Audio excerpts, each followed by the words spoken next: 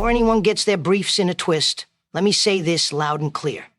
Everything I'm about to talk about is based on opinion, speculation, and rumors that have been floating around the internet for years. In my line of work, this is what we call hearsay, circumstantial chatter, and inadmissible speculation. This ain't gospel, this ain't evidence, and this sure as hell ain't a court of law, but it is a conversation that a lot of people are having behind closed doors. It's a case that's been tried in the court of public opinion for a long, long time. And since y'all asked me what Vinny knows about Pizzagate, I'm gonna lay out the alleged facts of the case as presented by the internet sleuths. So buckle up, court is now in session. In my opinion, Pizzagate is one of the wildest, most disturbing internet rabbit holes out there. It's like a legal case with a million exhibits and no confirmed evidence. It all started back in 2016 when a bunch of emails from John Podesta, who was Hillary Clinton's campaign chair, got leaked. Now, a lawyer looks at emails for facts, for timelines.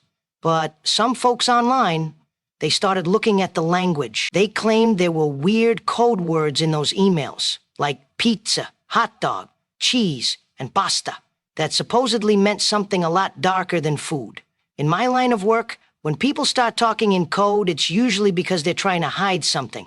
The theory goes, this wasn't about catering. It was about something else entirely. So boom, suddenly the investigation pivots. All eyes turn to a specific location, a pizza joint in Washington, D.C., called Comet Ping Pong.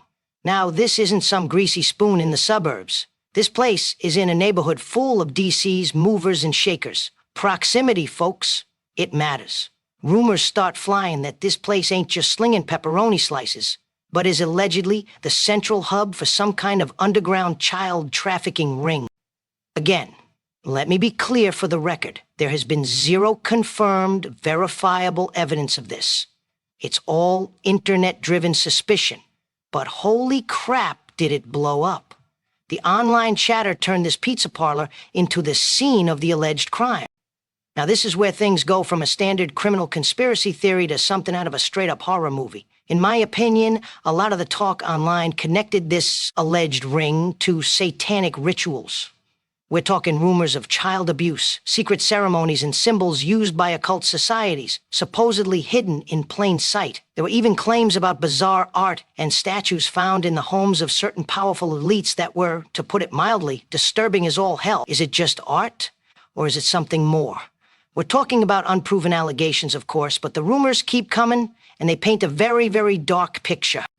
Ah, yes, the performance artist, Marina Abramovich, a key person of interest in this online investigation. She's famous for some pretty out-there stuff. But one of her emails to John Podesta invited him to a thing called spirit cooking, which, in my opinion, sounded more like a ritual from a bizarre cult than a friendly dinner party.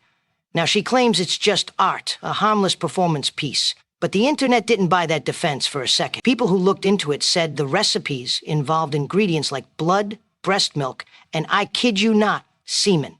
No joke. Now, in a court of law, the "it's just art" defense is a tough sell when the art looks like something out of a horror film.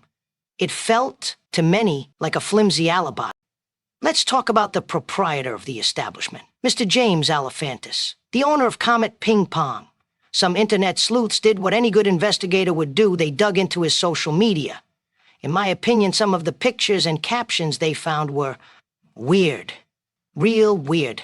We're talking about photos of kids in strange poses, creepy hashtags that online researchers claim were code words, and so-called art that made you go, what the hell is that supposed to be? Now, he made his accounts private, but the screenshots are out there. Again, it's all speculation, nothing confirmed, but for the people investigating online, it was like pouring gasoline on a bonfire. It's what we call circumstantial, folks. Doesn't prove a thing, but it sure does make a jury raise an eyebrow. Now, here's a curious thing. If you so much as whispered the word Pizzagate online, or anywhere else, the mainstream media came down on you like a ton of bricks. You were a conspiracy theorist, a nut job, dangerous. In my opinion, that over-the-top coordinated response only made people more suspicious. It's like a witness on the stand who gets way too defensive over a simple question. If it was really that baseless, if it was just a silly internet rumor, Why the need for a total media blackout? Why so quick to label everyone a lunatic? It's what's known as the Streisand effect. The harder you try to hide something, the more people want to see it. It made people ask, what are they so desperate to protect? You can't talk about rumors of elite child trafficking without mentioning the poster boy himself, the late, great Jeffrey Epstein. Now, his case is not a rumor. It's a fact. In my opinion, Epstein's whole sick operation created a legal precedent in the court of public opinion. It proved that the unthinkable was, in fact, possible. It proved that elites can and do get away with the most horrific stuff imaginable, right under everyone's noses. So for some folks, the Pizzagate theory started to feel less like a wild conspiracy and more like, maybe this ain't so far-fetched after all. Epstein proved the depths of depravity that powerful people are capable of, and it made other similar allegations seem a lot more plausible. Let's not forget some of the artwork that was allegedly found in places like the Podesta home or the homes of other powerful figures. In my opinion, and based on images circulated online, this art is grotesque. We're talking about paintings and sculptures of bound or distorted figures, disturbing images involving children, and ritualistic themes. Now, the defense is always, it's just art, it's subjective, and sure, art is subjective. I get that. But in a court case, a prosecutor might present that kind of stuff to a jury to establish a state of mind. Is it just a coincidence that people with these alleged connections also have a taste for such disturbing imagery? It's another one of those things that, on its own, means nothing. But when you add it to the pile, it makes the pile look pretty damn shady. This one's been whispered about for years. It's the piece of evidence everyone talks about, but no one has seen. In my opinion, whatever was found on Anthony Weiner's laptop. Remember, he was married to Huma Abedin, Hillary Clinton's closest aide, had the NYPD officers who saw it completely freaked out. Rumors have swirled for years about a folder on that laptop labeled insurance, which allegedly contained horrific footage, videos so vile that they made seasoned cops sick to their stomachs. But of course, the laptop was seized by the FBI, and we've never seen any of it. It's like the star witness in a mob trial vanishing right before they're supposed to testify. The questions linger, but the evidence is gone. Now let's get back to the owner of this establishment, James Alefantis. This guy ain't just some random small business owner flipping pies. Nah. He was literally named one of the most powerful people in D.C. by GQ magazine. Think about that for a second. A pizza shop owner?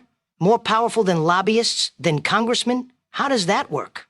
It suggests connections, deep connections, the kind of connections that make people in my line of work very, very curious. When a guy who runs a pizza joint has that kind of pull, it makes you wonder what they're really serving. In my opinion, and I've seen this in court, calling something a conspiracy theory has become the fastest way to shut people up without having to actually argue the facts. It's an ad hominem attack. You're not refuting the evidence, you're just insulting the person presenting it. But history is full of conspiracy theories that turned out to be 100% true. Remember the Gulf of Tonkin incident, MK Ultra, the Tuskegee experiments?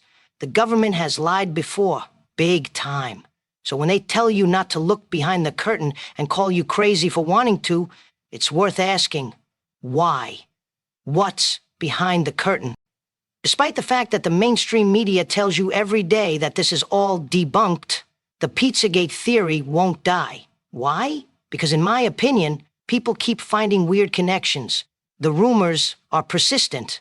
And when the entire establishment, the media, the government, Hollywood, all tells you in perfect unison to shut up, to stop asking questions and to move on, human nature does the opposite. It makes you dig deeper. The story doesn't fade because the questions it raised were never really answered. They were just silenced. So there it is, the case, as presented by the internet. In my opinion, the whole Pizzagate situation is like mold.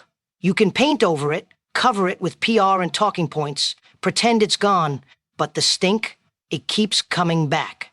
Again, for the record, none of this is proven. None of this is presented here as fact. This is all rumor, speculation, and theory. But if you're wondering what the whispers are out there, what people are connecting, decoding, and digging into, well, now you know. Ladies and gentlemen of the jury, I've laid out the alleged evidence.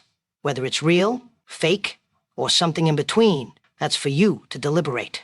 Now here's where you come in. Hit that subscribe button, smash the like, and drop your thoughts in the comments. Let me know what you've seen, heard, or believe, and share this video, because YouTube's been shadow banning us like we're hiding state secrets. We rely on you to help spread the message. Got questions? I'll be watching the comments and trying to answer what I can. Until next time, Vinny out.